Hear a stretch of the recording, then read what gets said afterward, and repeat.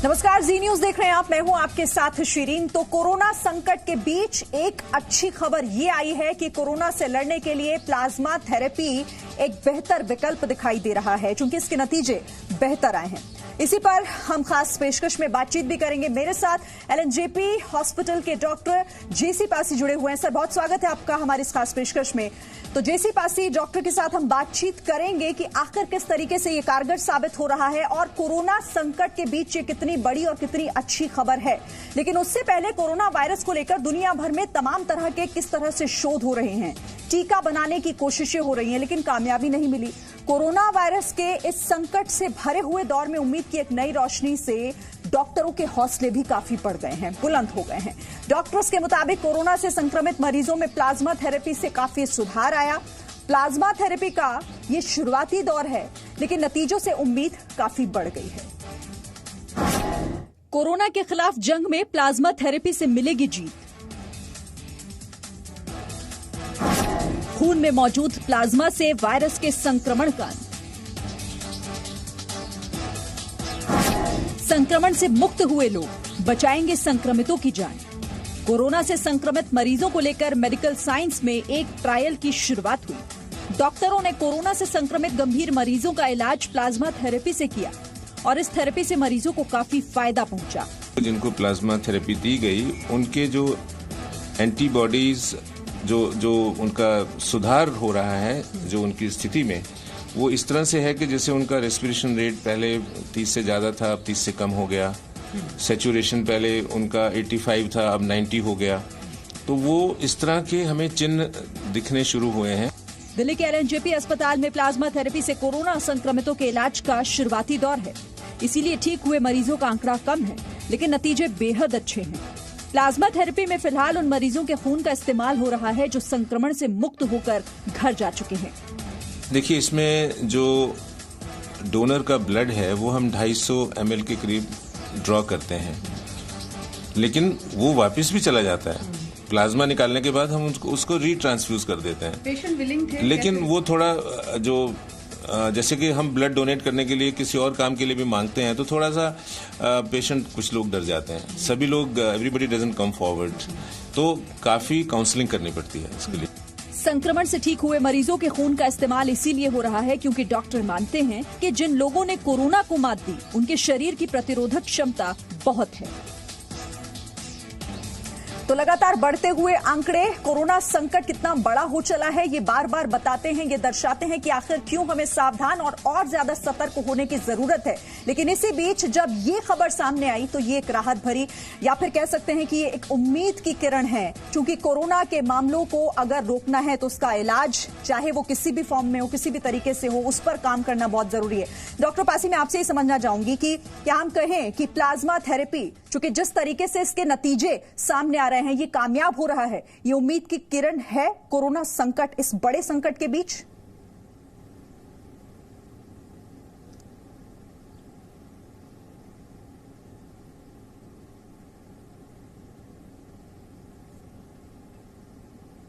आवाज नहीं आ रही है जी। निश्चित तौर पर इसमें आशा की किरण तो आई ही है।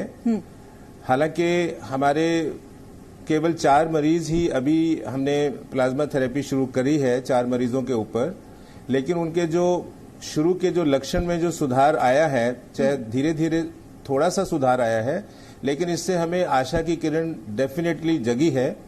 अब क्योंकि हमारे लोकनायक हॉस्पिटल में मैक्सिमम नंबर ऑफ पेशेंट्स जो हैं वो एडमिटेड हैं, और इस समय केवल वही पेशेंट हैं जिनको प्लाज्मा थेरेपी की जरूरत पड़ेगी, क्योंकि हमारे हॉस्पिटल में केवल कैटेगरी 3 सीवियर सिम्टम वाले पेशेंट्स ही दाखिल होंगे। बाकी कैटेगरी 1 और 2 वाले जो माइल्ड और मॉडरेट सिम्टम वाले जो पेशेंट हैं वो हम दूसरे जगह पर भेज चुके हैं। हम केवल सीरियस मरीज ले रहे हैं जिनको प्लाज्मा थेरेपी की और ज्यादा जरूरत पड़ने वाली है। तो मेरा कहने का मतलब ये है कि आने वाले दिनों में हमारे पास और बड़ी संख्या में पेशेंट होंगे जिनको प्लाज्मा थेरेपी दी जाएगी, क्योंकि हमारे पास बहुत बड़ी संख्या है उन मरीजों की भी जो हमारे यहाँ कोविड पॉजिटिव थे, जो इलाज से ठीक हुए, अपने घरों को गए या वो क्वारंटाइन सेंटर्स में हैं। हम उन सभी के साथ उनके टच में हैं, वो हमारे पोटेंशियल डोनर्स हैं। उनके सबके हमने सैंपल लिए हुए हैं। जिनके एंटीबायोटिक टाइटर्स जिनके अच्छे हैं उनको हम एलिजिबल डोनर ग्रुप में मान के चल रहे हैं और उनको ही हम काउंसलिंग कर रहे हैं आने के लिए कि वो एक सीरियस मरते हुए इंसान की जान बचाने के लिए वो काम आए, और बहुत सारे लोग सामने आ रहे हैं।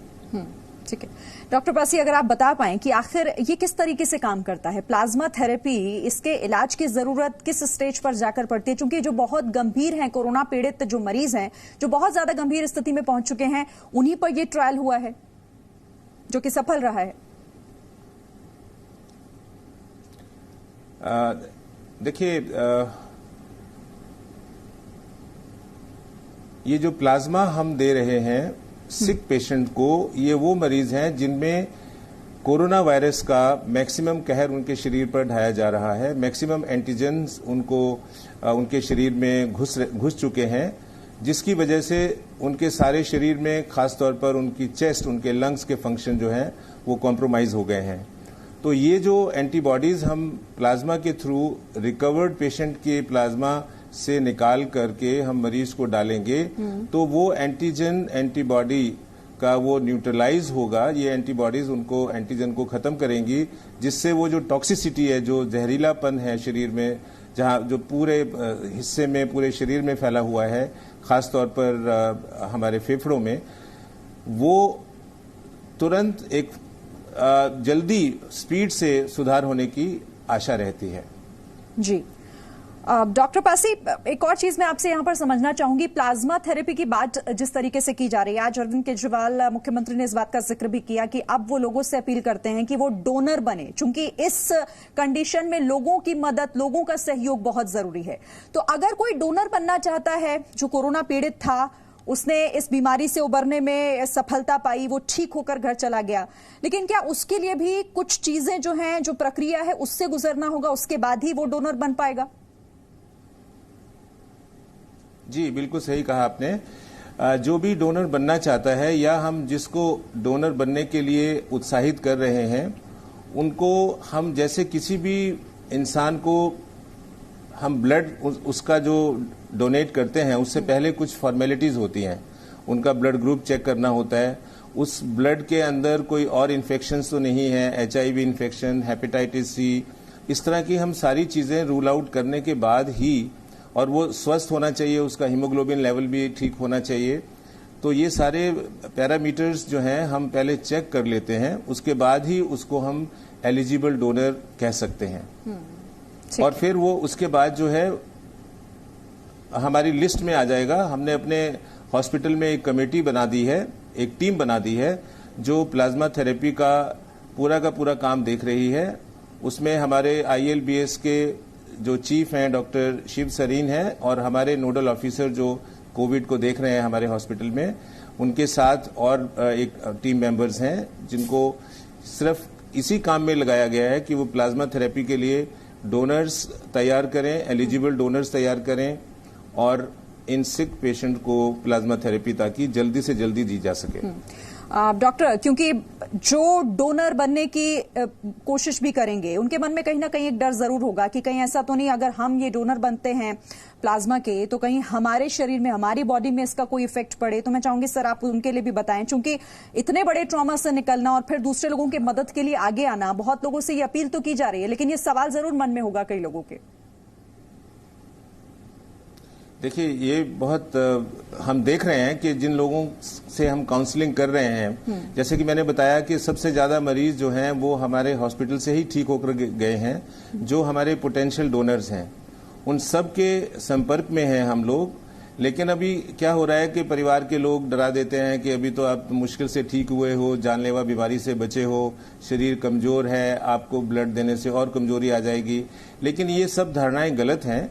एक बार जब आप स्वस्थ हो गए हैं तो आप स्वस्थ ही हैं, और अगर आपको हम एलिजिबल डोनर मान लेंगे टेस्ट करने के बाद, और वो जो ब्लड आपके शरीर से निकालेंगे वो हम दोबारा से ट्रांसफ्यूज भी तो कर रहे हैं ना। बिल्कुल। तो वो एक्चुअली शरीर को कोई लॉस नहीं होगा, कोई सिग्निफिकेंट लॉस नहीं होगा।